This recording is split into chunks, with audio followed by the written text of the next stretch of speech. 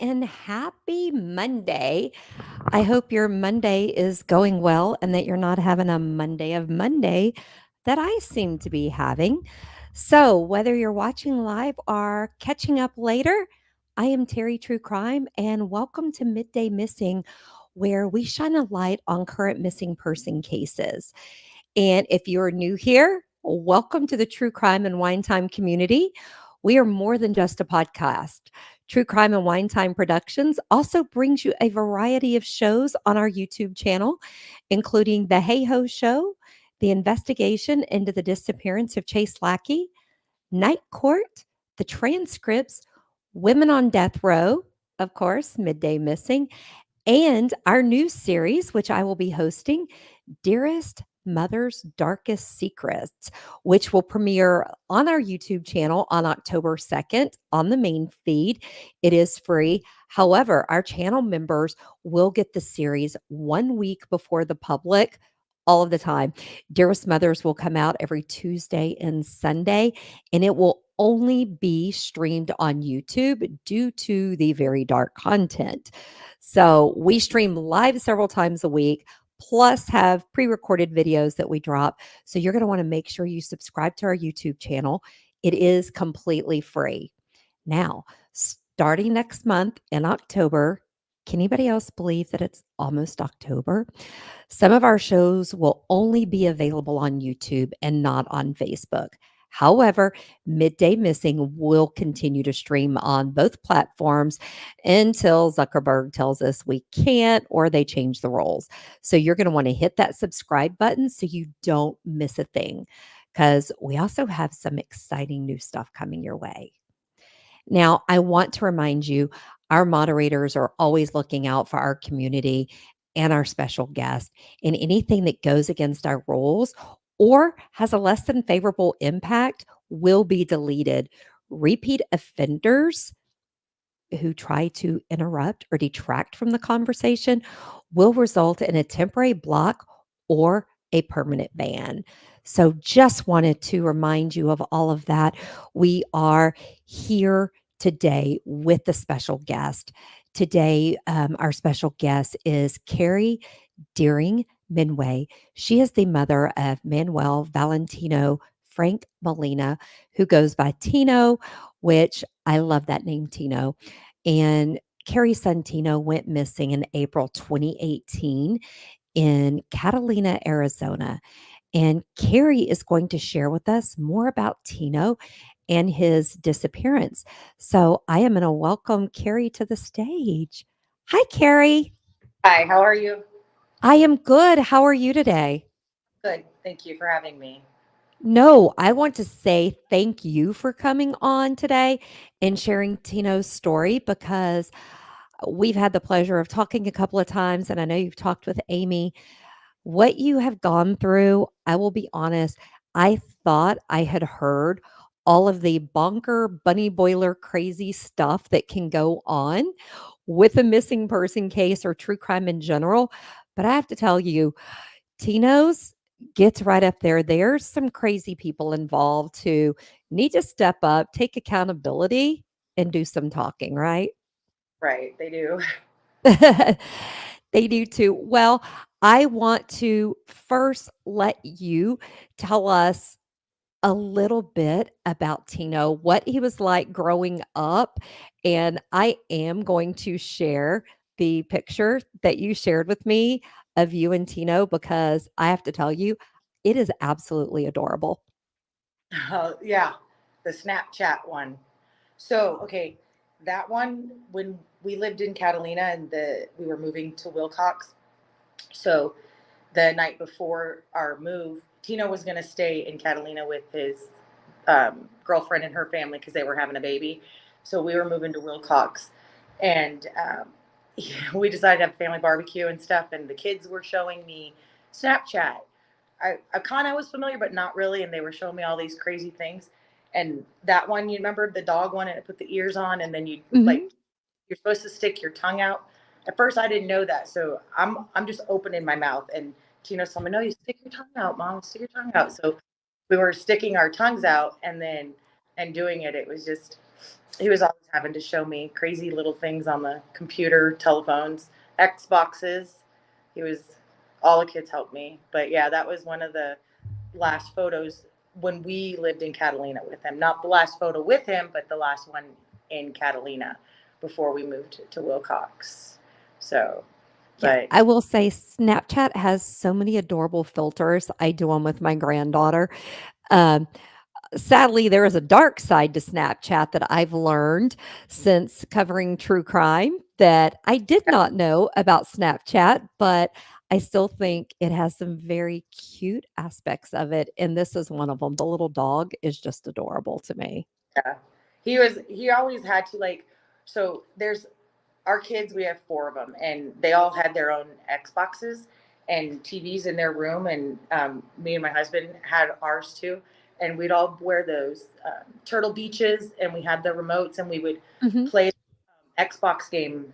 It's like Call of Duty or whatever, where you're all on on a team together, and the Oh, kids name our name was the Chum Clan, so we were the Chum Clan. We used to go in and those games, and you just like you battle the other guys or whatever. It's kind of like a military, and you have the little guns or whatever. And I'm not very good. And Tino and the kids, they were great. They could and annihilate it's any. shocking how they have adapted to technology, and we're still trying to hunt and peck And and figure it out.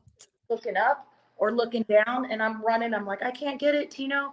And his little character would always have to come over and save me, and I wouldn't even blink. My eyes would be watering. I'm like, Tino, I can't do this. He's like, blink, mom, blink. You know, he was always. They had to save my character more times than any. I think I may have hindered them, but I was still part of their chum clan. So, Yeah, so tell us about some other favorite memories you have of Tino growing up. um, growing up, like when he was little, he was oh man, he was a daredevil. He had no fear for nothing. And my sister's son Jeremy was in BMX. So Tino Mhm. BMX. So Tino was like 5, okay, and he's the little guy, and Jeremy's in BMX, and they wanted to go just ride the bike down the street to the end of the street, and then they're supposed to come right back. And Jeremy's riding it, and Tino's on the back, standing on the pegs and holding on to his cousin. And they go riding, and instead of going straight, they veered to the left and they went down the other street. And my sister and I are like, oh no, no, no. We're gonna walk down there and see. So we're walking and we're like, man, it's taken them a while. Like, what are they doing? Maybe Tino fell off or, something happened. And we get almost to where we could get the turn and see them. And here comes Jeremy pedaling, pedaling, but you don't see Tino's head anymore. You see his. So they had It stopped and Tino went upside down with his feet. So he's standing like a with handstand. his hands on those pegs? Yep, they were like daredevil biking or whatever you wanted to call it. And they were so proud of themselves. Did you not have heart failure right then? Because I have 2 boys, and I would have come unglued to see that. And you want to get mad, but they were so professional about it, I like know, it's like you don't wanna dull, as JT would say, you know, their sparkle, but, he oh, was man. he's like, "Did you see me, mom?" And I'm like, I did. I did see you." But he was, you know, we were all very close. We were a very close family, so we were always doing things with my sister and our cousins and everything. And then so yeah, he was a daredevil. And then one time after we moved here to Wilcox, and Tino came to visit us to check out the new house, whatever, and visit because it was our first time ever away from him. And so uh, he came out. It was just him at that time, and there was this old, ruddy, beated up picnic table out in the yard, and so the boys decided that they were going to paint it for me because there was a bunch of Oh. old paint sitting out. I mean, bad old paint, like rust, probably had some lead. I don't know, but they took the paint and they painted this picnic table, and it was very pretty. I don't know. Did I send you that picture? I was say you did, it was blurry when it came in on my end. But I'm trying to see if I can get it while you're talking because I wondered what that table was. I'm like, "What that is this?" table, yeah, they painted that. So then they're painting it, and they even engraved it, like their names and the date and stuff. And then afterwards, I don't think I started it, but I could have.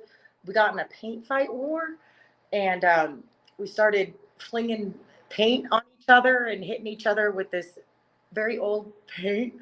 And um, I think I sent you There's that. There's, you did it a little there's, small, but yeah, there it is. yeah. I still have that table. I do. It's kind of more faded. Arizona sun is not kind, but we got in a paint fight over that during that, and we had paint everywhere. We had it on ourselves. We got it on my mom's camper, her brand new camper. She was not very happy, but she was okay with it. But But y'all had a great time, right? we're when I shouldn't say we, I should say me. I'm covered head to toe in paint. Tino, I think, is the winner because if you look, he's got like 3 splashes of paint on him. But obviously he was better at it than but we had it all over, and it was in my mouth, and it was fun. We had a good time that day. It was awesome I'm on his first trip. trying to share the picture of, I believe this is the photo with the paint all over them. It's kinda small too, but, uh, I'm like, they definitely got a lot of paint on themselves. Yeah, other can you see? I don't know if you can see Tino. He got like 2 splotches where I got him, and That's it. I like, and those were my favorite pants and everything, but I didn't care. It was just like those are some memories that you have with your kids that you'll never forget, and just I will say looking at grandma's trailer with all that paint, I oh yeah, really hope that paint came off. and that was the mild side of her trailer, but we did get it off the windows for her. We Okay. did, yeah. So 'Cause I'm like, that could be I could see some people being not real thrilled with that one, right? yeah, well, she's been used to all the fun activities like that we've had with the Oh. kids. When growing up, like we would do when we lived in Catalina and we had the yard and the house, we would have airsoft wars with each other, and we would pick a team. It would be me on one team and Ed on the other. So there's an adult, and my mom, she always lived with us, like in her own trailer on the same property, and she was the reloader. So she'd sit on the porch, and everybody knew you can't shoot grandma. They called her G mom. Can't shoot her. You just hand her your empty cartridges or whatever, and she'll reload them. And so Tino and Ed always on the same team. And me and the other 3 kids were on a team. And even though we had the numbers, we could never beat them because they went in the house and made it like they literally would pull the sofa and tip it up and barricade the doors, barricade Oh the windows, my. the sunroofs, like in one of them you could come in, like you could come down and come in the house, and they would barricade everything. We had no chance. Me and the other 3 had no chance to outwit and Ed ever. They were good, but so my mom was used to the She us was having, used to that. oh yeah, because we were you know a family. We always played together. Our kids were like our besties, our best friends.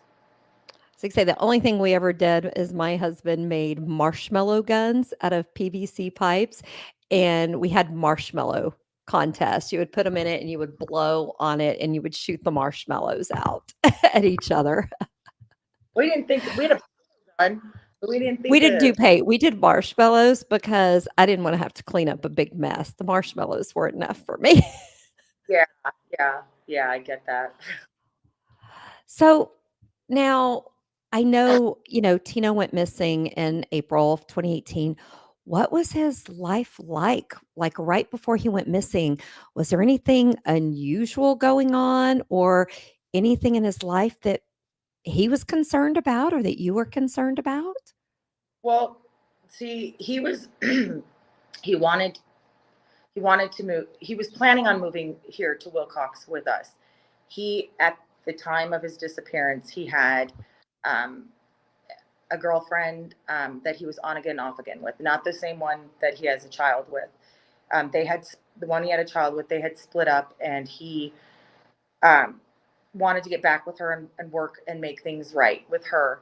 And he knew the only way to do that was to leave Catalina. There was just too much going on out there. But he had gotten with this other girl, Kayla, and had been staying with her and her mother and her little brother.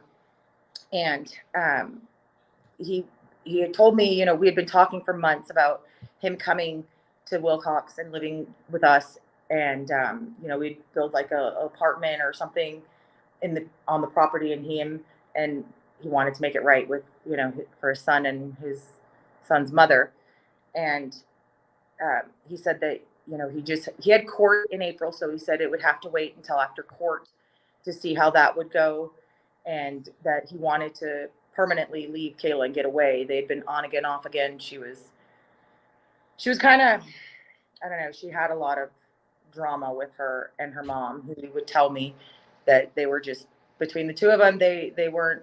It wasn't happening really. They were very crazy to him, and he wanted out, but he had felt bad if he left because of the little brother who was like Mm. 13 at the time, 13, maybe 14, her little brother Jesse, because he felt like he would be leaving him in this household of these narcissistic women who, you know, are just, Oh.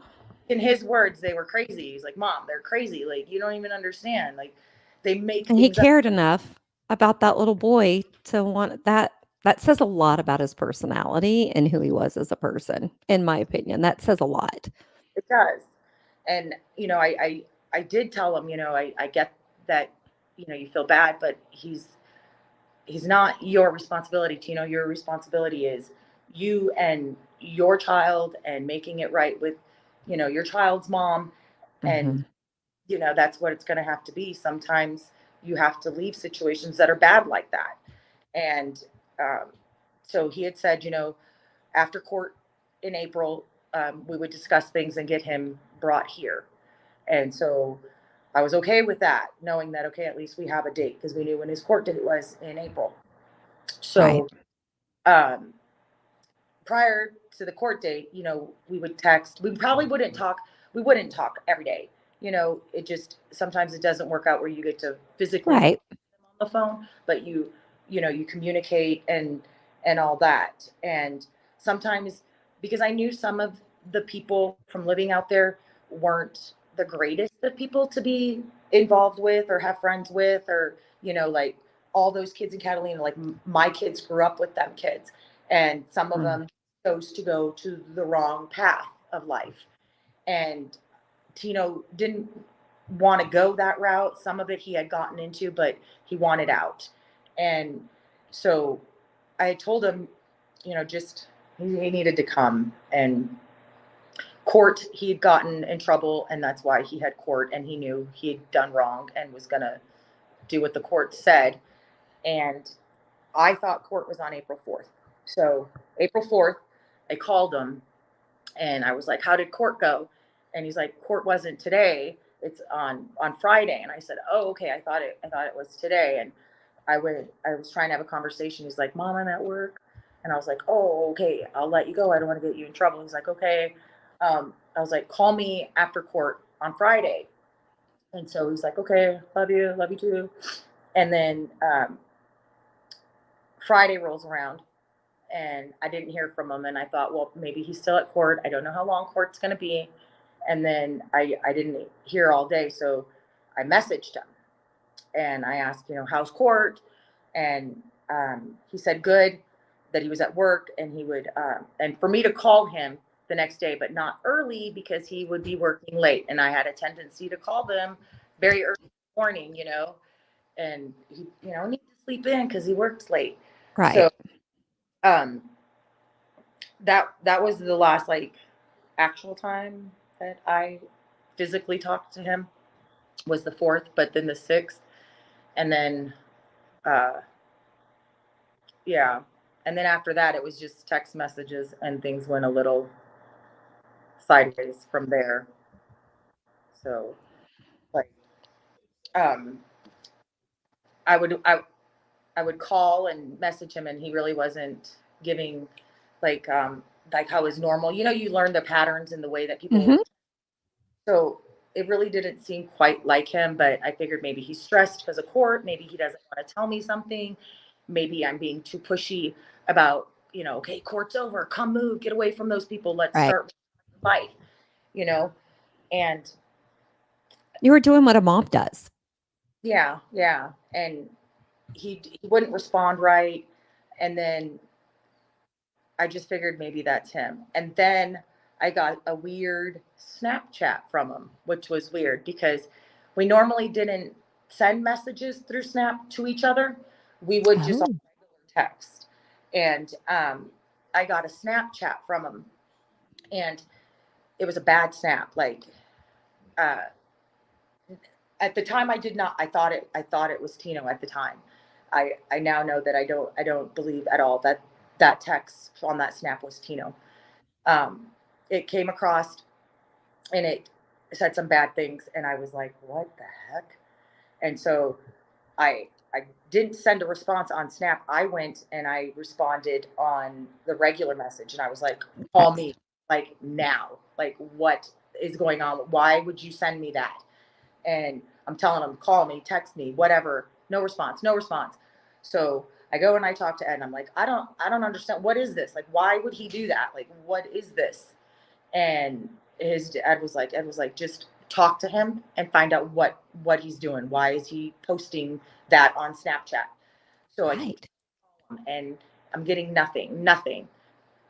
And then I start getting sick, not necessarily from that, but I got sick and I ended up in the hospital.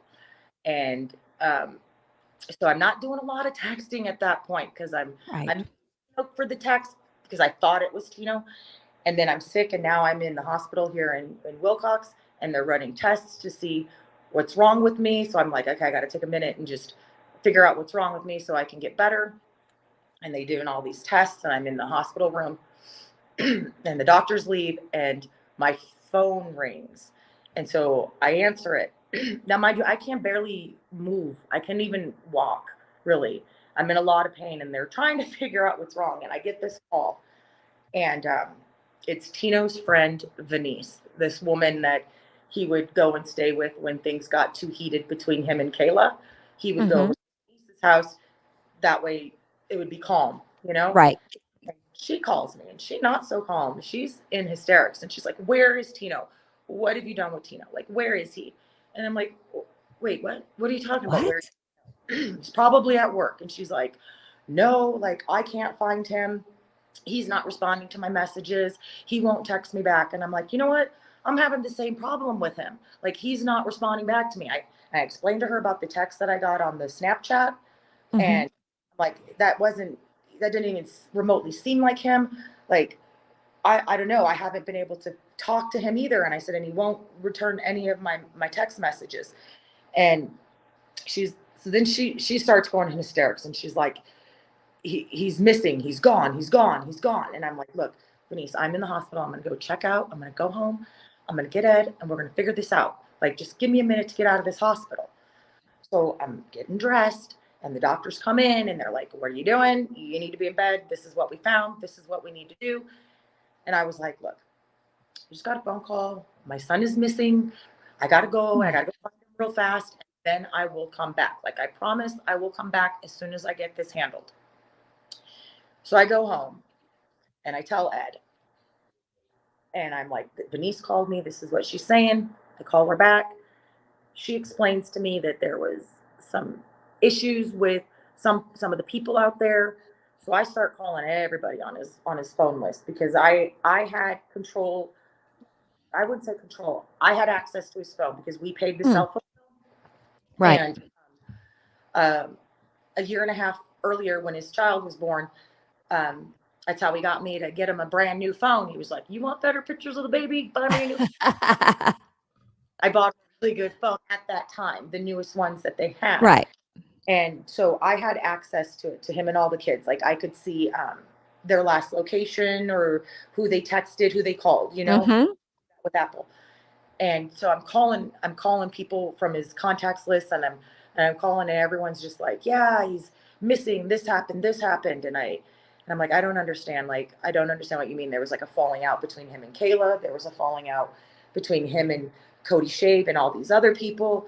And it was just kind of a blur at that point. And so I thought, you know what? I'm going to call Kayla. I'm going to call Kayla and find out what is going on.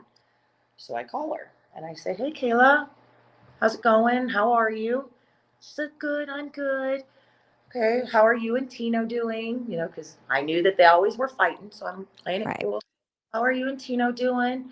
She's like, good.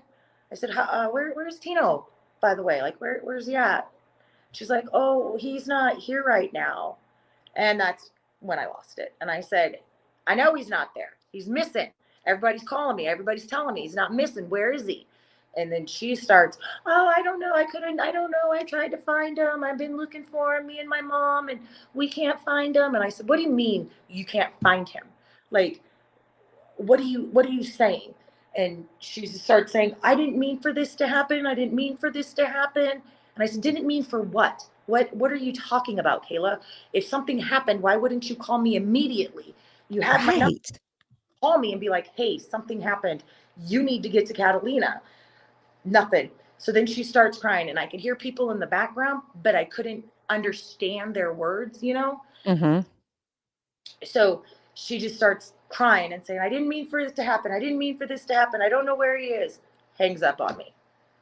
So I call her back like 3 times. No answer. So I'm like, you know what? Something happened. That's when that feeling sinks in and you're like, something's way off right now. One, he's not Right. responding. To the crazy girlfriend is now saying she didn't mean for something to happen. She won't tell me what. And she told you everything was fine in the beginning. I mean, Saying, right. Why would you say that right off the bat? I "We're think you fine." find I it. would have been like, "He's missing, we got I would have been a blubbering mess. Right. You would think that. So Ed and I decide, you know what? We're going to go. We're going to go to Catalina and we're going to talk to people. But before we do that, I'm going to call the police because I need to get the police involved. There, something Mhm. happened. I don't know what. All I know at this point is that he's missing and he has no communication with anybody. Although his phone was still on. So I'm trying to find out like how to track the location, try to do all Right. that. So call the police. I'm in Wilcox. I call the police, and they said that I couldn't do a missing person report. I could do like a well visit checkup or whatever. Mhm. They needed an address. I was like, oh man, okay. So I don't have the physical address, like, oh, their address is 111, Right. whatever. I just knew exactly where to go, the streets and where to go. That would Catalina's, be me. yeah, where I'm going to Billy's house. Okay, I know where that's at. You know what I mean? You don't Right. get, so I couldn't give an address to Kayla's house. But I mentioned Cody Shave because everybody kept saying him and Tino had a falling out. There was something. Kayla had also had said that um, her mom had taken Tino to Cody's house, but Mm. she couldn't give me the date either. She just said my mom dropped him off at Cody's house. So I'm talking to the police on the phone, and I'm like, you know, they're saying that he was at Cody. He went to Cody's house, Cody Shave's house, and I say the name. And the cop he knew who Cody Shave was, and he knew who his mom Pam was, and he knew where that house was. So he said, I'll go over there, I'll do a well checkup, see if Tino's there, and I'll get back to you. So Ed and I are packing. We're packing fast because we're going to go to Catalina. And Right. the police officer, he calls me back and he says he went over to the residence. The gate was locked. It didn't look like anybody was home, but he called Cody's mom, Pam, and talked to her. And she had told him that Cody wasn't home right now. He hadn't been home for a couple of days, and that she was no longer in Catalina, that she'd gone to California, and that she had no idea who Tino was. And I told him that's a lie. Like, our kids grew up together. Like, that's a lie. She knows who Cody is, or Tino is. They were friends growing up. You know, Cody was a couple years younger than Tino, and Cody would get picked on, and Tino would defend him. And I mean, So I've she met knew who Tino was. you growing up there. All your kids know each other out there. Right. You and so I mean, they might not know our names. Like they Right. called me Tino's mom. That was my name. You know, Right. so I knew that was a lie, and I thought, all right, fine, something's really bad. We go to Catalina. First thing we do is we go over to Cody Shave's house. We go over there, and it is like the officer said. It was The gate was locked. There was some stuff in the yard, but there wasn't anybody wasn't home, and it was locked. And so we were leaving, and we're going to go start going to Kayla's. We're going to start going talk to all these people again in person now. Mhm. So, and this guy comes up in a truck, and an older guy, and I'd never seen him before. And he asked what we were doing over there, and I said, I'm looking for Cody to ask him where my son is. Do you know Cody? And at that time, that guy said that he was a friend of Cody's mother, and he was going over to check on him because he heard some things were going on, and he wanted to talk to him. And I said, well, I'm trying to find Cody to find my son because something happened. And the guy, it's the weirdest thing. The guy hands me a little Bible, and he says that he'll pray for me, and I need to pray for what's going on. And I was like, I don't want your Bible. What are you talking about? I should pray about what's going on. Like, what do you know that you're I know, I'm not like, why is he telling you you need to pray? What does he know? right? So, um, I was like, I don't want your Bible. I didn't take it. And we leave, and he follows us. And so we go to the gas station, and then that's when he kind of leaves. So he stops following us. And I was like, that is really weird. Later, we find out who that guy is. Yeah. So, um, later we did find out. So, but before that, we had no clue. We're just like, it's crazy. I go and I talk to Kayla. I'm talking to everybody. There, Kayla's telling me, now I'm at her house, right? And I'm talking to her, and she won't give me really much of anything other than that her mom took Tino at about 1:30 in the morning over to Cody Shaves and dropped him off because Cody would not stop calling Valentino's phone, blowing it up or whatever, telling him that he needed to come and fix whatever happened between them happened. And I said, well, what were you guys doing? And she's like, we were just laying down together, relaxing and having a night. And I said, why would he decide to get up from with you Go. guys are having a good time or whatever, leave you at 1:30 in the morning and go over and handle this at 1:30 in the morning? And if he was fighting with Cody, why would you Right. take him over there and just drop him off? Why would you do that? And she was like, I don't know, you'll have to ask my mom. Well, cool, because in comes her mother, and her mother pushes Kayla back into the house and kind of shoves me out. And I was like, no, you're gonna talk to me. Like, where's Tino? Like, what is going on? Shuts the door. Wouldn't even answer after that. So they closed it off to me right off the bat. So then we start That's going. not suspicious at all, is it? Not at all, no. Not at all. So then we go up and we start talking to other people, and then they start telling me a story about um, Cody and Tino had this falling out, and somehow Cody is driving Cody's car and he hits Tino. Tino didn't have a car. He hits Tino. Tino lived, put Tino in the car and took him out to the desert and buried him, killed him, whatever. The story varies from person to person. It Right. varies whether he was hit with the car or hit with the truck. The truck being that truck that we went and saw over at Cody's property. That. Mhm. So then I asked, well, who's the guy? Let's go talk to him again. He offered me a Bible. Maybe he'll be a good person, right? No, that's Cody's dad, Arthur Shave. No. Oh, shebang. Bang, yep. So, He Okay, hold on, let me just make sure I understand this. So Cody's dad is the one who offered you a Bible when you said you were looking for Cody and your son Tino. He didn't volunteer and say, "Oh, Cody's my son, Tino and him." Nothing. He just offered you a Bible and to pray. Okay. he didn't even tell me he was his dad. He told me he was a friend of Cody's mother. Oh, Why so would he I just lied. for Cody too? Something happened with our kids, right? Nothing. Not that. So we're talking to people, and I'm still trying to get the police to get involved. I was And say, have they filed anything at this point? no, no, they wouldn't. No. So I'm calling and still calling, being like, look, I'm getting this information and I'm telling them, and they they tell me someone will be in touch. No one ever got in touch. It took me finding Cody's car before the police would actually get involved.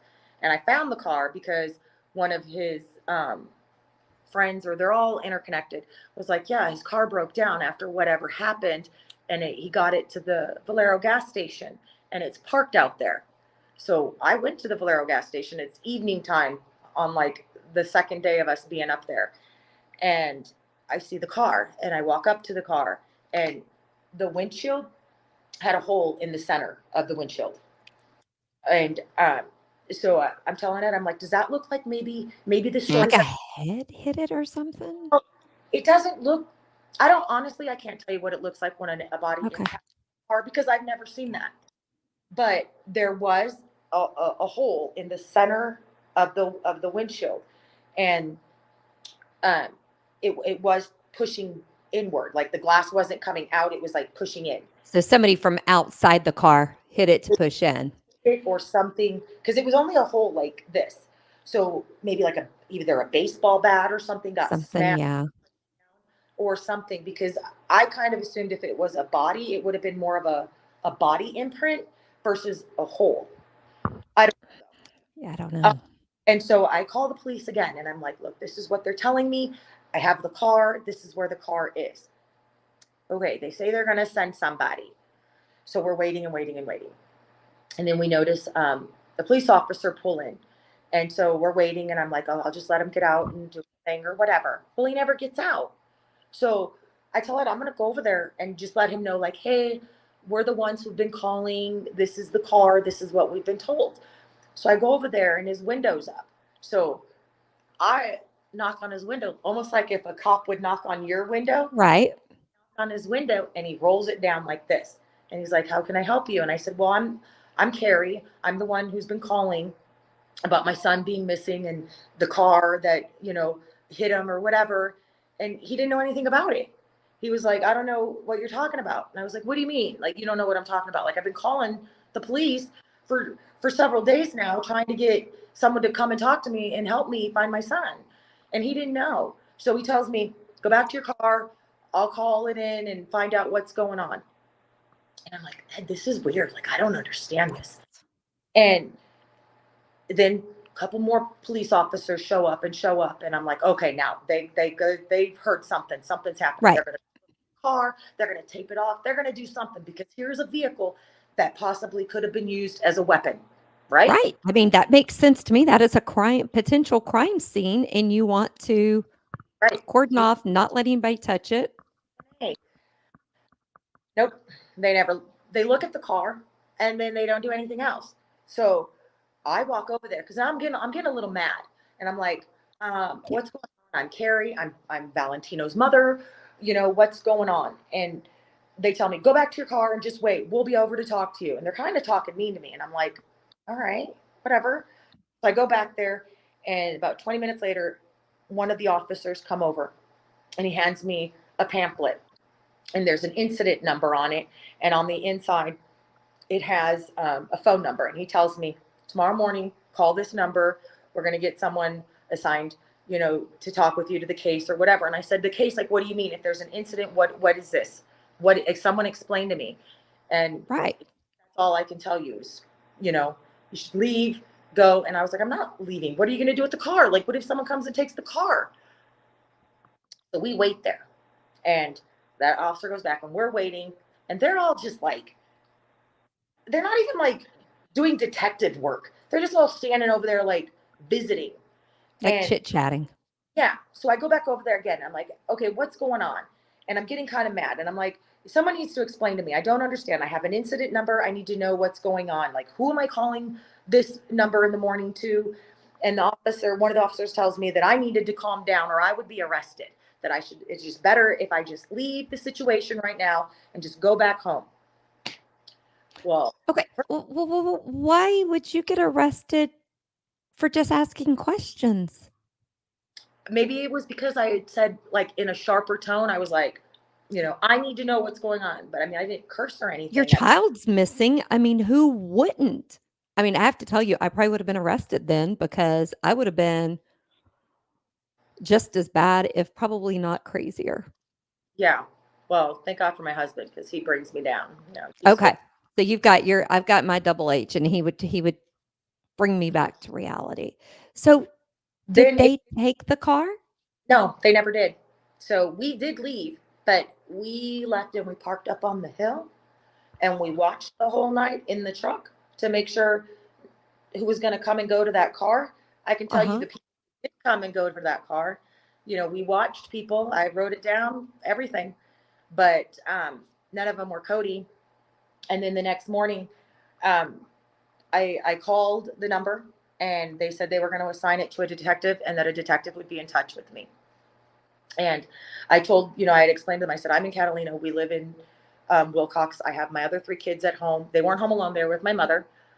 And he said, go home, check on your kids, get everything, whatever. And this new detective will be in touch with you.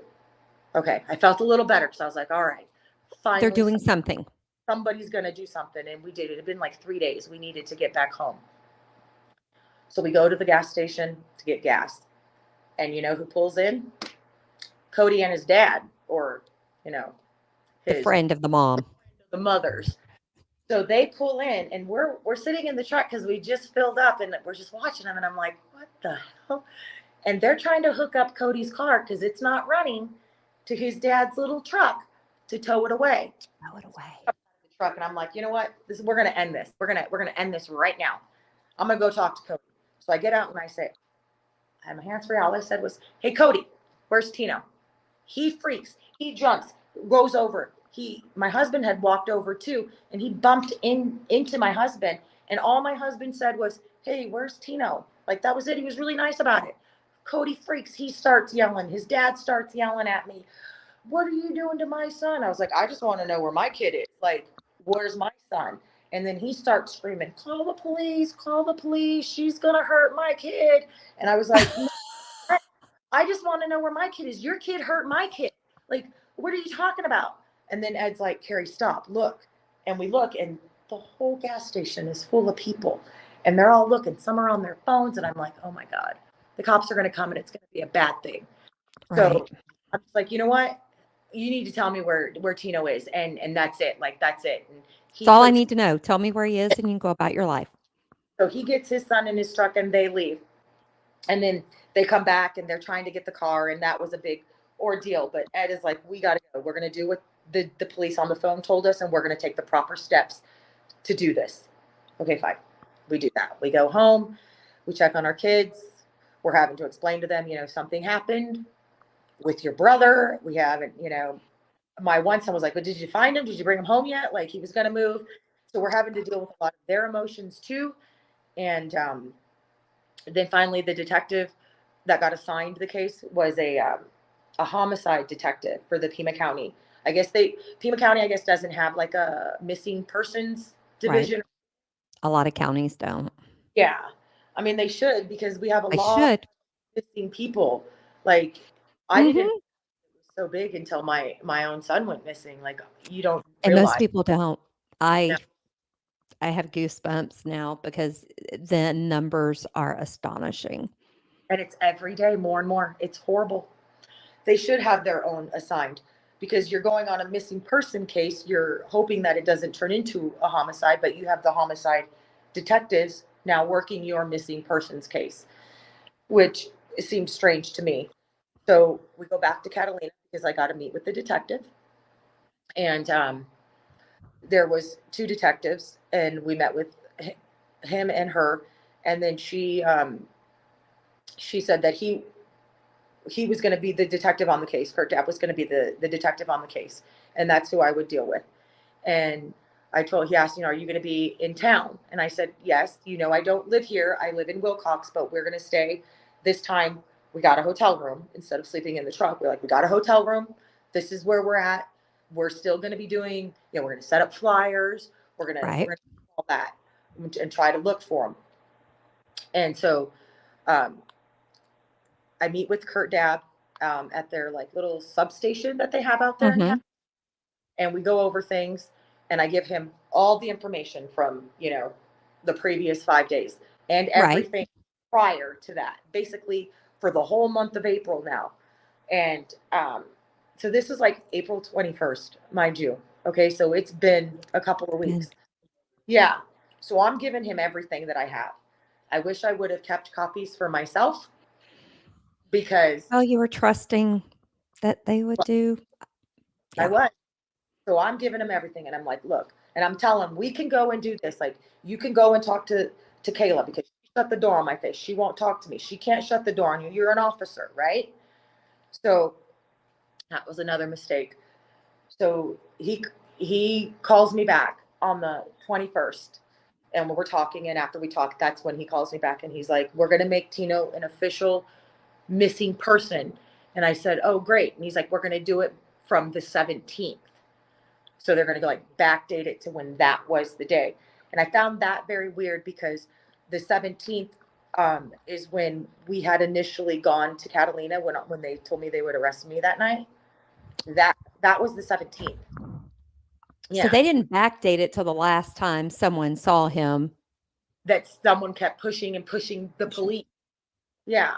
So um we I felt like a little bit better. I was like, all right, the detectives have everything that I mean, we got a file, everything. They're gonna work it. We're gonna go home. We're gonna start. I'm gonna start going there. You know, people in my town didn't know Tino because we were so new Right. to, but I did feel that flyers needed to be posted in the vicinity where Tino was, where the people knew him. Mhm. So Makes we sense. would go back like every weekend and post flyers, and I would still talk to more and more people, and I would gather up more and more information. In the meantime, people would call me on my phone, and this is that they would tell me in different ways that they killed Tina. Different ways, oh, he was with Kayla at this party, and they got in an argument, and some guy who liked Kayla shot him in the chest, shot him in the back, um, beat to death. Um, all these different things, and I was like, this is disgusting. Like, and I would call the detective and tell the detective, and it got to the point where I was like, you know what, I know the detectives don't believe me. I recorded the conversations. Anyone that called my phone, you were being Mhm. recorded. I That's was, so legitimate in my view.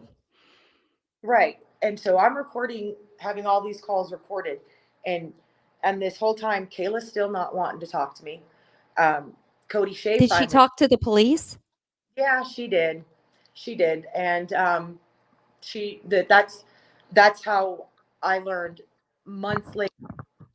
Kayla was bragging to people, to Cody Shave, to other people out there, that the detective on the case was helping her and her mom find Tino and doing everything he could for them. And he was just this great, wonderful help to them. And I said, She didn't report him missing. that's what I said. I said, and why would this detective be doing that for you? Why for you?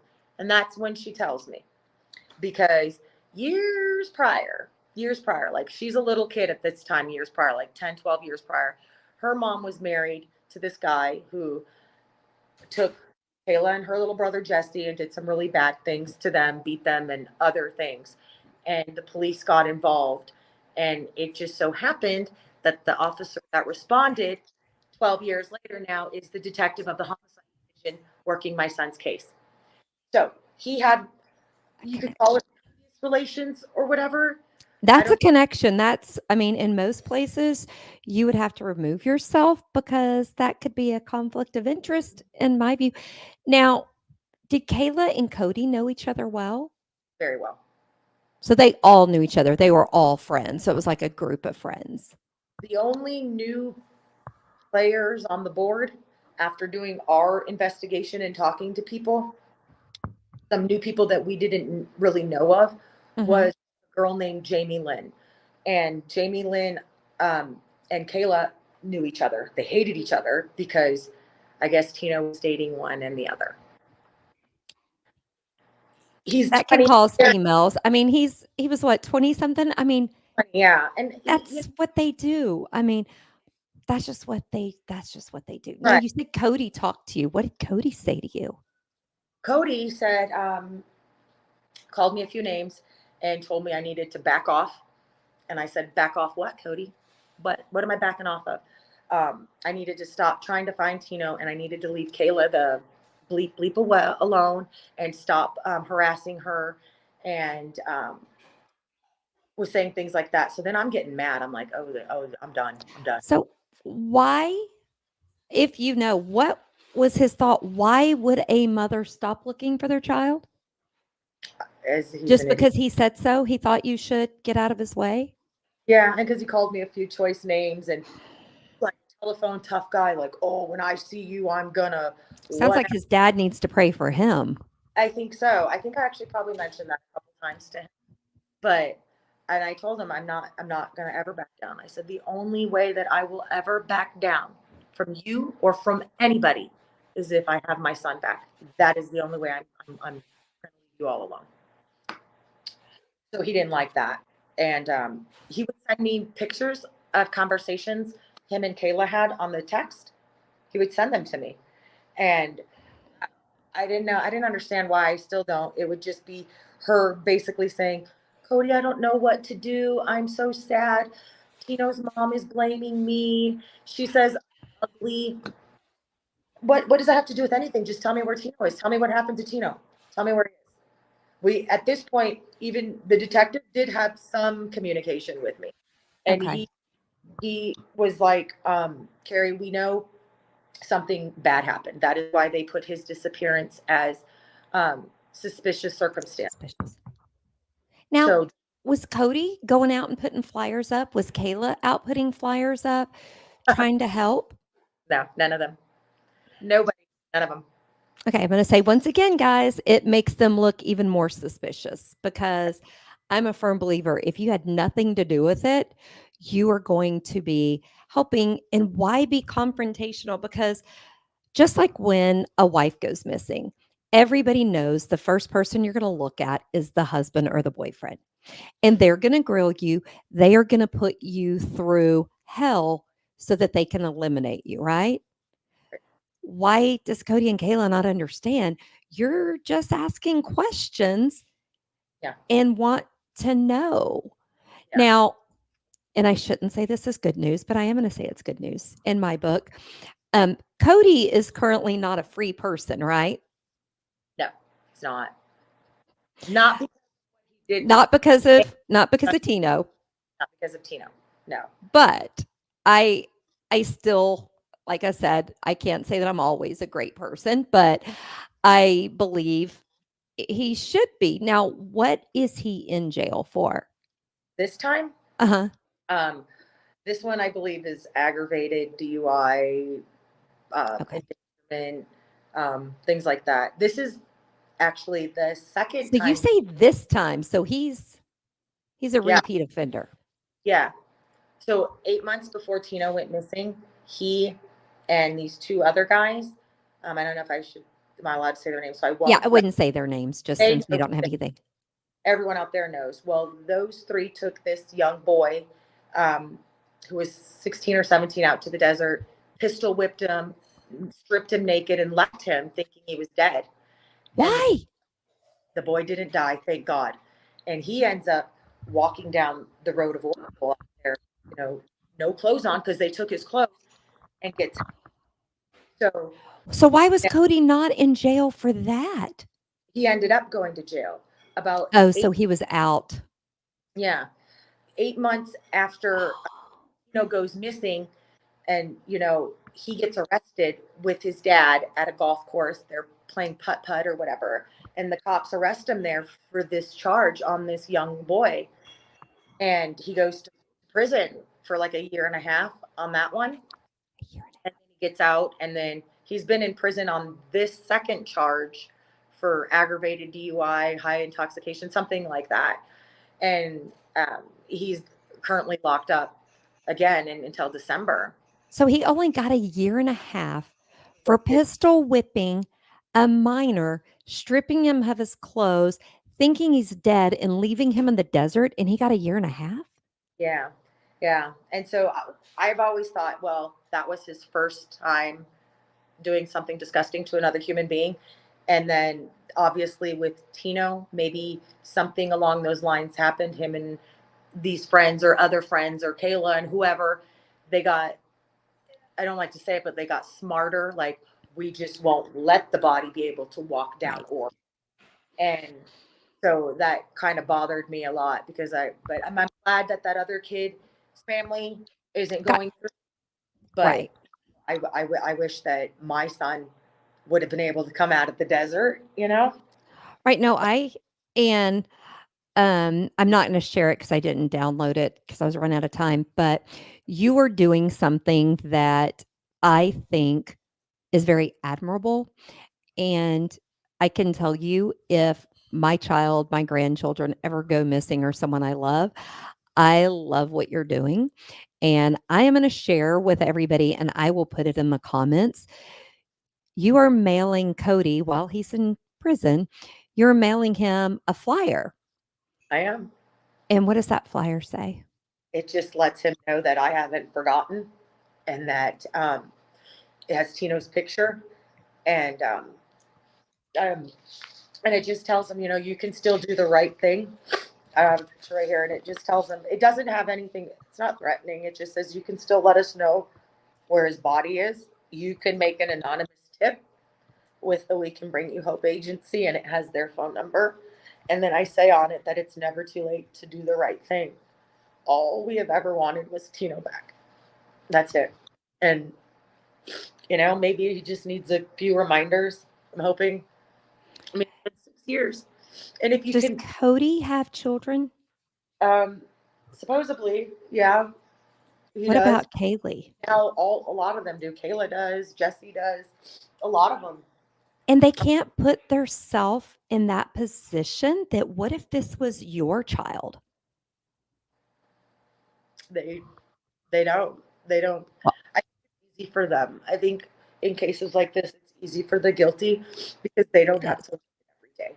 You know what I mean? They Yeah, don't have to wake up every day and right. wonder, Well, I is this? just put in the comments the address for Cody in prison, and I am gonna share when we finish, I am gonna share the exact flyer that you sent me that you're sending to Cody, and I want to challenge any of our, listeners, viewers, because I will be doing it. I'm gonna also print it off and probably print off a couple of copies and also drop them in the mail to him, and maybe if everybody sends him a copy, just maybe it'll get through his thick skull Yeah, that you need to do the right thing. yeah. Now, you mentioned the organization, Hope. Tell me about that organization. That is not one I had heard of. So you broke up. I'm sorry. Is it Hope? Is that the name of the foundation? We Can Bring You Hope We agency. Can Bring You Hope. How did you find them? They found me um, in when it very first went when all this was going down. They contacted. I didn't know agencies like this existed, and they contacted me, and someone had contacted them, I guess, and told them that I could use help in finding. And I don't even remember who gave them that. I just know that right from the very beginning, they have been with me. They're the ones when we would go hang up flyers, they're the ones who make the flyers. You'll see it like on my Facebook and stuff. Mhm. We they're the ones who help they make them and they have their information and because a lot of the people say, you know, well, I'm not going to drop my name. I'm not going to say my name. Okay, well, they have an anonymous tip line. You don't have to give your name. Nobody Right, will even you by to Cody and to Kayla and to all them. You could be literally the one who ended his life. And you could right, go and say, hey, this is where Tino is buried, or this is where his body is. You don't even ever have to tell me who you are. You just have to tell us right, that. That's it. right. No, you know?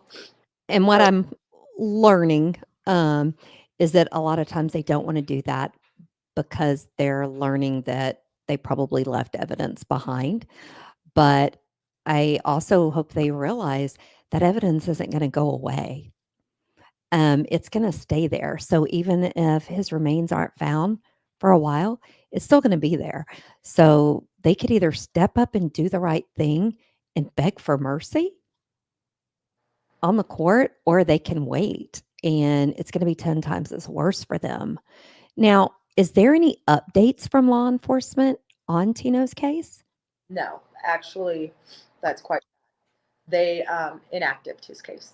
Um, the detective, Kurt Dapp, he retired. So Probably good for him. yeah, Get he out of retired there. in 2020, and it got moved to other detectives, and I would be in contact with them, and there was just a lot of blunders on their end. And so I mean, they let the car go. that's You've got tips saying he was hit by okay. I I I have to be careful because I get so infuriated. I've got a family that's, family members that are in law enforcement and in the legal thing, and I can't help but tell you how often I have to stop myself from getting mad and just saying, "What in God's creation were they thinking?" You've got people telling this missing person's mom that this person hit them with this car. You find that car and they don't take the car.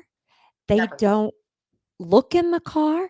What if the evidence was on that car that would have given them the answers to solve this case?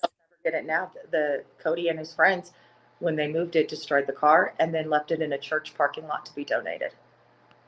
They'll never get the car back. And I told the police this when I got the call that they donated the car to the church. I called the police. I called the church. Nobody would listen to me. I tried to get the car so I would have it, and I was like, Yeah. "I'll take it home. I'll So you yeah, I'll you could yeah, but put it in a they're storage unit, put saran wrap or whatever that big wrap stuff's called that you use for moving furnitures. no. That what has been the hardest part of this journey for you Um, outside of missing your son, obviously? is that nobody would help. Like these people that claim to be his friend and the girlfriend, whatever, you claim that you loved him, then help me hang a flyer, help me find him. Don't lie. I mean, or, If that's you're how you love someone, I hope she doesn't love her child. I mean, I right. hate to say it that way, but if that's how you love someone, I really hope her own child she doesn't love because maybe that Yeah, the is bad. awful. And then like these other girls, like Jamie Lynn and Emily and all them girls who claim to have loved my son and wanted nothing but to be with him. Where are you now? Where are you now? Are you obviously knew something then and were too scared to tell me. It's six years now, and it's been a long time. Cody again. If you all are so afraid of Cody, which he's not a, don't be afraid He's of him. in prison for right now. And people may not know this, and this is something I just learned this weekend. Even if the FBI is not looking into a missing person case, you can still anonymously go to fbi.gov/tips and do an anonymous tip. Even if it's a case they don't have, if you tell them the person's name and the city, they will get that information over to local law enforcement. I did not know that. I thought they would just say, "Oh, we don't have a case about this," and move on. They don't, because they cannot go into that city and work on a case unless they're invited. But if Right, they get a tip, they can share that tip. And I was told if the tip is valuable and they think that there is some substance to it, they can do something with that tip, even if local law enforcement doesn't invite them in. They can follow up on a tip that comes into FBI.gov. So I want to encourage anyone, if you're scared of local law enforcement, because my husband and I just watched a show on TV last night. This was the most crooked law enforcement agency. It was the sheriff down that was crooked in a small town of Louisiana. I'm going to say if you're scared of local law enforcement or you think they have connections to family or whoever, go to FBI.gov because that's one way to get them involved right.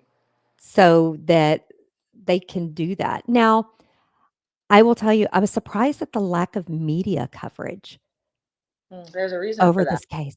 Why There was um, coverage. Well, the police do that initial. Oh, we have that a initial right? okay. So they did that, and then about I don't know a year. The first 2 years is only when they. The first year is really they only worked the case. Them, not us. We've worked it every day since then. But there was other like podcast shows and places that Mhm. wanted to feature Tino's story, and I was like, great, let's do it, let's do it. And then they would ask me, is it still an open case? Like, is there detectives on the case? And I'd be like, yeah, here's their name. They'll thinking, oh yeah, they're gonna help. They're gonna be like, yeah, let's get his face out there. Oh no, they shut it down. Boom. No, you cannot. No, you cannot. We're not giving any comment. We're not doing that. You So can't. It's an open investigation. You'll mess up the investigation. What are you talking about? We're trying to get his face out here. Let me do the all these other podcasts, all these other shows. Let me do that. Let me get so it the out. detectives told you not to talk to media and to podcasts because it was an open case. Now, I will be honest, I can understand that if they had given you information and they were scared you were gonna share information that was sensitive to the case, but it doesn't sound like they've done that. They never gave me any information until recently. So then Like, what would it have hurt? Oh my god. That because just the frustrates me. there's a relationship somewhere with that whole family, that Becerra family. But I don't know. So he wouldn't. And then now that it's an inactive case, I don't think they can't stop me. They I don't Well, they couldn't stop you before. So, just so you know, and any other family that has to go through this, law enforcement cannot stop a family member from talking to the media because there's freedom of speech. And I am going to, if it's okay with you, Carrie, JT and I just recently went to the big podcast festival in Denver and we met a lot of different true crime podcasters. If it's okay with you, I want to send them the notes that our assistant producer pulled on Tino's case and share it with them. Maybe we can get a couple more to cover it and get it out there think because somebody knows something. And I think about it this way: if you catch your 4-year old stealing cookies out of the cookie jar, he's not going to fess up until he's backed into a corner and he knows he has to tell the truth, right? Until right, it's coming from all ways, is the little kid going to finally go, okay, I took it. Maybe if everybody starts sending Cody flyers and these other podcasts can start covering it, maybe somebody will do the right thing. right. That's what I'm hoping. I'm really hoping that finally, after all these years, there have been people who were involved in some way or another who over the years I guess did feel really guilty and would have certain of their family members come and contact me and tell me, hey, this is what so and so said. um, they feel really guilty about what happened and what their part in it was, and they want to do the right thing. What can we do? And I always tell them, have him talk to me. Well, he doesn't want to talk to you. He's afraid to talk to you. Okay, fine. All I want is to know where Valentino's body is so I can bring him home. Just if he could give me that information. And she would say, yeah, she would talk to him and she would be back. Unfortunately, some of the people that did have an ounce of guilt in their heart and wanted to do the right thing, some of them have ended up dead. Not, I'm not saying murdered Because because this. of the case, but for other things related and or have taken their own lives. And Oh, now that information from that person. And I'm sorry that that person's no longer with us, but in the same token, I just want my son back. I mean, it's been 6 years. You all could have done it back then, and now you have an opportunity to do it again, no. Mhm. every day, again, and all I want is to know where he's at. I just want to bring him home. He didn't he didn't deserve to die at all, and he didn't deserve to die in any of the ways that any of you have ever told me he died. And he doesn't deserve to be out in the desert in a He hole doesn't. by himself. He doesn't deserve that, and I want him And we home. won't get into it, but Tino does have a young child. So I hope people will stop and think it's not just a mom and brothers and dad who need closure. There is a young child who goes to bed every night and doesn't know. So I would hope even the most cold hearted person would stop and think about a child who has to go to bed and wants to know where their dad is. Yeah. I mean, these people claim that they were Tino's friend. Well, if he's your friend, Well, I can tell you something I've learned about us investigating that one case that we're doing. I now say friends with little yeah, quotation marks because I can tell you I have never been that kind of friend. I mean, something like this happened to my friend, I would be right there with her family and I you wouldn't get rid of me. no, no. If it, I have a So they're daughter. not friends. They I mean, you cannot call yourself a friend if they are not there supporting Yep. Tino's family, if they're not supporting you, and if they're calling you names All right, and then to and call telling you to stop looking for your son, well, just tell me where he is and I'll stop looking. I mean, it's that easy. You that, want me to stop, tell me where he is and I'll stop. you'll never hear from me again, like ever. And I try to tell people that, yes, there comes a point where you want justice, okay? And you don't know what that looks like until you can get your son home. Then maybe you can think about that. But what would closure look like for you and your family? I think the start of closure would want to have him and to be able to go through the true grief process, you know, because we can't right now. It's we just can't grieve, I guess, the way that people can grieve. My mom, this is how my mom said it to us. My mom lost a daughter, my sister, years ago. When I was 16, my sister was 18, and my mom told us when this happened and we were confirmed basically that he was dead. She said to me and Ed that it never gets easier to lose a child. You'll never get over it. The only thing that will happen is you'll get better at hiding it. And so, like hiding your emotions and hiding, you Mhm. know, go out there and work and be there for your kids. And, because we still have our kids, you still have to be there for them, but you have to be um, really strong for them, even though you want to break down. So I think if we could have his body and start the grieving process, that would be, I'd be a step in the right direction. we'll Have go. y'all had Mm, any tips? And I just thought about this. Have y'all had any tips or anyone tell you that he is still alive and he's somewhere else? Or has everything been that he was killed? From everybody out there, they have all different stories. Key 3 points. One, that he was killed. Cody was involved, Kayla was involved, Jamie was involved, um, all those. But they said that those were those are the key points. None of them have ever said that. Oh no, he just decided to go for a walk in the Okay. desert. No, the only one that they ever said that they did not physically kill him was on the recording when they called. It was like 3 in the morning, and they called me and told me that technically Cody couldn't get in trouble for murder because he didn't murder Tino, because instead they hit him with the car and beat him unconscious and buried him in the ground alive, upside down, so he wouldn't be able to dig his way out, and left him there for dead. So, I mean, I guess if you How is that?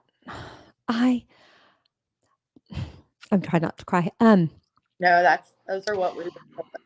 How first of all, why would anyone pick up the phone and call the mother and tell them this if they're not going to give the exact proof Well, of this? Because to me, that seems cruel.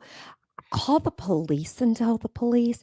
You don't need a phone call at 3 o'clock in the morning telling you that, in my opinion. we did go there to where they said it what happened. Oh, so they told you when you went and looked. Oh, Yeah, no. always tell us. And ever since this happened, we've dug 23 holes in the desert looking for a Have the body. police done any digging or searching?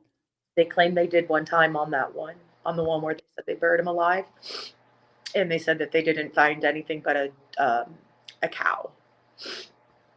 So I don't know. I know we didn't Did find police how ever far. look into Cody or get Cody's phone records, see where There's his location? Have they done anything?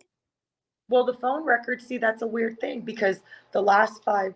Remember, I had control of the phone. Well, not. I don't want to say control because I didn't have control. I just Right, had. but well, you had control because you had family plan. You could go in and see where they were, who they talked to. That's control of the data. We'll say that. But I couldn't because her family took over that. I don't know. She had Tino's passwords, but we did find that the last five calls, text, and all that, the last five were all from Kayla and Kayla's family to Tino's phone. And have police searched Kayla's home or Cody's home? Wrote her off as fine. She's not a suspect. She never was a suspect. She could have information. She doesn't have to be the person who did it to have information. Oh my God, please. Tino's belongings back. She said she needed them to hold on to for memories. Okay. Wait a minute. Wait a minute. Wait a minute. She's not out looking for him or helping you or consoling you or the family, but she wants to keep his belongings? For memories. No, because they're evidence. There's probably some. Oh, Kayla, you're. Mm, she's Yeah. not looking like a good person, in my opinion. I got to remember to always say that. In my opinion, Kayla's not looking so good. Kayla's not looking so good. No. Um, well, I am so sorry that you are having to go through this. I can't help but wonder if the homicide, because they didn't have a missing persons unit, in most cases, we always hear a lot of families want a homicide detective on it because they do things different than a missing person detective does. But it doesn't sound like in your case or Tino's case that having a homicide detective on it really did any good for you. No. Are I they think basically saying there's no body, so there's nothing we're going to do? their exact words to me in 2019 was, uh, Carrie, no body, no crime. But that's what they Okay, said. that's not true anymore, people. I want No. to tell you a lot of states prosecute people for no bodies. Yeah. But I guess they have to say that if they didn't take Cody's car, they didn't get any evidence, so they couldn't find any blood. They didn't search his house. They didn't search Kayla's. They literally didn't investigate. So they would have to have a body because all of the other evidence, they didn't do their job to get it, it sounds like. No. No. I I am speechless. I'm Yeah. speechless. It's crazy. How A lot of do it doesn't you keep prove going every day? how. How do you function? Well, like my mom said, was true. You get better at putting on like a face for the world to see. You gotta go to work. You gotta take care of your kids. You gotta do all the things an adult does, and I do that. And then it's those nights, those those private moments when you're at home and you break down. You make sure no one else sees that because you don't want them to think that. I don't know what I don't care what they think. Actually, I mean I do. It's hard. I don't. I think there's more nights than not that I break down, you know, and people Well, can I'm see gonna tell you, you have the right to break down as much as you want. It sounds like your husband, though, is a really good support system. he breaks down too. He's a really strong man, mentally, emotionally, physically. But this this has been very hard, and we we were I'm the biggest worrier. I'll worry over worrying about worrying, and I was worried that it would cause a rift in us, and we Mhm, both knew that we needed to stay strong with one another so we could find Tino mhm. because we're not together. Or just like the police and the rest of those people who just don't care, you know, oh, whatever, then Tina will never be found. So we have stayed strong together so we can find Tino. And I personally believe that's going to help you find him because so many times I'm learning with covering missing person cases or true crime in general, if there's not a strong family unit and it fractures, Yep. it's going to be even worse and Yep. take longer to do it. Yeah. I Well, mean, parent is going through the same thing. You know, I'm hurting because of it. He's hurting, but we're stay for our kids. You know, I mean, they lost a brother. they You know, it's what and people I don't think realize that, and that's the thing, like, people who do these things, they only think about the one person.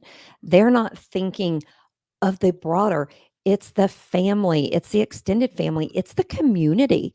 It is people out there. I mean, I worry about missing person cases when I see them and I read the tragic stories. I don't know them. I yeah, still have a heavy heart just thinking about the extended family. I mean, Tino's child has to grow up not knowing who he is. So little when it happened. Yeah, my mom, my mom, she was actually the one who cut Tino's cord from me. She was the first person to hold him because, like I said, my mom has been there my entire life. She was so right there with Tino when he was born. I was so tired I couldn't. So she held and fed him and yeah, everything. so And she's now, lost a daughter and a grandson. Oh, yeah, it's been very hard for her too. And they don't. My sister, they don't. These people who are involved or who even have vital information, if you could just step out and see for one brief moment that Tino had a family, he mhm. has, still does, a family that absolutely loves him. And we don't care. Yeah, everybody makes mistakes. Everybody can be a jerk to somebody or say something, Everybody whatever reason you have to not put that aside for 1 minute and just see that we are his family and we mhm. we are going through the worst that any family could go through. You have I wouldn't wish this on my worst enemy. People that I despise, I would not wish on them the pain that a family and I can't understand it. I can try to understand it, but I am learning until it actually happens in your family. But if it breaks my heart like this, it's got there's got to be if they are 20% a decent human, they should be able to see what it's doing beyond Tino. right. And a lot of people say, well, they feel bad, they don't want to come forward, they feel bad, they're scared. Don't Don't feel if you don't feel bad, think about yourself. there's a tip line. It's completely anonymous. And even now, I am begging, just that's all we want. Just tell us if you know, even if you're Cody Shave or you're his family or you're Kayla and her family or you're any of these other people who I didn't mention your names, but you know who you are. Just tell us. That's You can do the right thing, and in your heart you'll know, and then you don't yourself have to live with the guilt, right? And that's I'm going to tell anybody who's watching this or sees this, definitely call. They have an anonymous tip line. It is 724-466-4673. And I can tell you with another person I'm talking to who's called in tips on another case, he told me that it was eating him up inside that he knew information and he didn't realize how much it was eating him up and how much it had changed him till he decided to call us with the tip on a case that, we've been looking into. And like I told him, I don't even know his name. Talk to him, don't know his name. I don't need to know his name. I don't care. But he called and gave information. And what people don't realize, every little bit of information, even if you think it's a rumor, there's a lot of truth in rumors. Right. So call and tell. And so Tino deserves Yeah. the respect. And if you truly were his friend, or if you're a decent human, call Right. and You know, tell. how Well, their mother and father were having to go through this over them because of maybe poor decisions or because he got in with the wrong crowd or whatever. Like, look at your own mom and dad and be like, hey, mhm. don't want to hurt my mom and dad like that. I wouldn't. You don't, that's what I'm saying. Think about, I mean, I know some pretty horrible people out there in the world. I still wouldn't want their family to suffer. No, no. Wow. I want to say thank you. Now, do you have a Facebook page for Valentino? I did create one on off of mine. I honestly Okay. am not on Facebook. I was talking with my husband the other day about it and saying, you know what, I should probably get on there and get with our daughter, who's really good on Facebook, and do an actual like a new one that's focused different than how it was because I had done the one off of mine back when this all began, and I was in a different headspace Mhm. then and now from now, and I think one that can just be a little different. And I don't know. I don't Facebook a lot because But it I helps tremendously. So I will tell you, if you get one going, be sure to send it to either me or Amos, who you've talked to, because you would not believe the amount that it gets out there and it helps. Um, and we have some people on our team that are really great with Facebook pages. So if you make one and you have any questions, feel free to reach out. I figure between me and them, we can we can help you get that going, because it's amazing how social media helps today. And I'm a firm believer the more these people who know information see it, they're going to realize it's not just going to go away. They're hoping you'll just go away and you'll quit asking questions. And I think once they realize you're not and they start seeing it more and more and it's thrown in their face, they're going to be like, okay, I need this to just stop and go away, hopefully. once I have Tino, I will stop. Yeah. Well, I want to thank you for joining me today and for taking time to talk because I can't imagine it's easy. And I do hope that real soon we can do an update because you have found Tino. I hope so. So I'm going to ask everybody, we will be posting the new flyer for everyone to share. I will also post the flyer that if anybody feels the urge to want to print it and to send it to Cody, I will also post Cody's address on our Facebook page along with that flyer. Because guys, I I believe, if you start breaking down someone's conscience, maybe they will do the right thing. Maybe. So I do thank you. Is there anything you would like to say before we say goodbye? No, thank you for helping me get Tino's story out there again and getting his face out there so no one forgets. I will never forget. Nope, we will keep sharing it. And today is Missing Poster Monday for those people who are not aware. So if you do share the missing person flyer on Mondays, always do the hashtag Missing Poster Monday because there are groups that pick it up and reshare it the other days of the week, I have found. So let's just keep getting it out there. But I thank you so much for coming on. And if there's ever anything that I can help with or anybody on the team, just always reach out to us. I will. Thank you. Okay. Thank you. And I want to say thank you to everybody for joining us today. I will see you all again on Wednesday for our next episode of Midday Missing. And until then, and as always, stay safe, watch out for crime, and enjoy your wine time.